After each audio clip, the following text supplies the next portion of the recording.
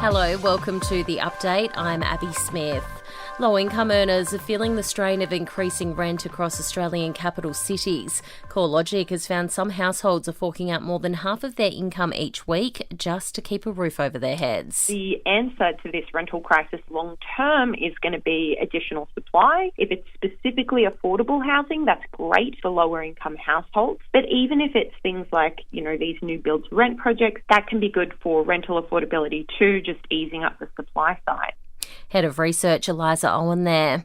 The federal government says there needs to be a national rethink about how care services are provided. A new draft strategy for the sector warns aged, disability, veterans and childcare providers are struggling to retain staff. For too long, we have undervalued this sector because in previous decades, this was in large part work that was done unpaid, in large part by women.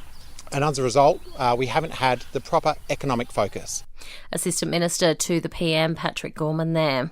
Things are set to get nasty among the Greens, with now Independent Senator Lydia Thorpe taking action. She's referring her old party to the Human Rights Commission over allegations of racism. Melbourne has been rocked by a strong earthquake. The magnitude 3.8 quake struck around 11:40 last night, the epicentre located near Sunbury. It was powerful enough to cause buildings to sway, but there have been no reports of any serious damage.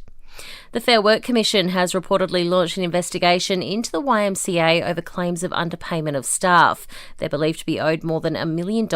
It's been claimed some staff were not paid for their full contracted hours.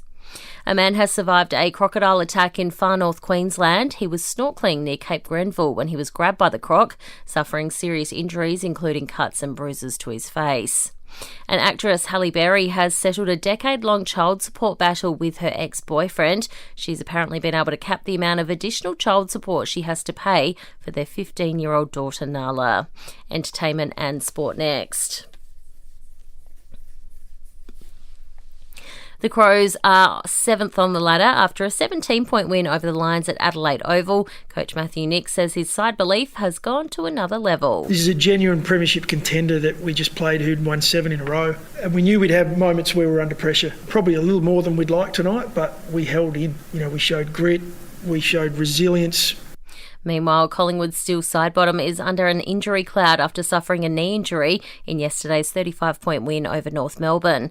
Midfielder Tom Mitchell is confident he won't be sidelined for too long. I had a brief chat to him on the bench. He doesn't think it's too serious. I think maybe a low-grade medial. He's not actually sure, so I'm sure they'll get a scan the next couple of days. In yesterday's other games, Port Adelaide beat Richmond by 10.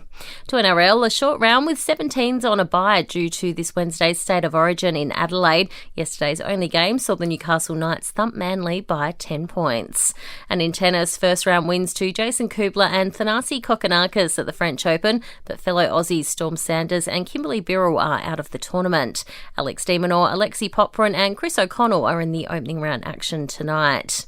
In entertainment, Bridgerton fans are eagerly awaiting an update from Lady Whistledown about Season 3 of the Netflix drama. The beloved Regency romance is now in post-production. Season 3 will take a deep dive into Colin and Penelope Featherington's relationship. No release date has been set yet.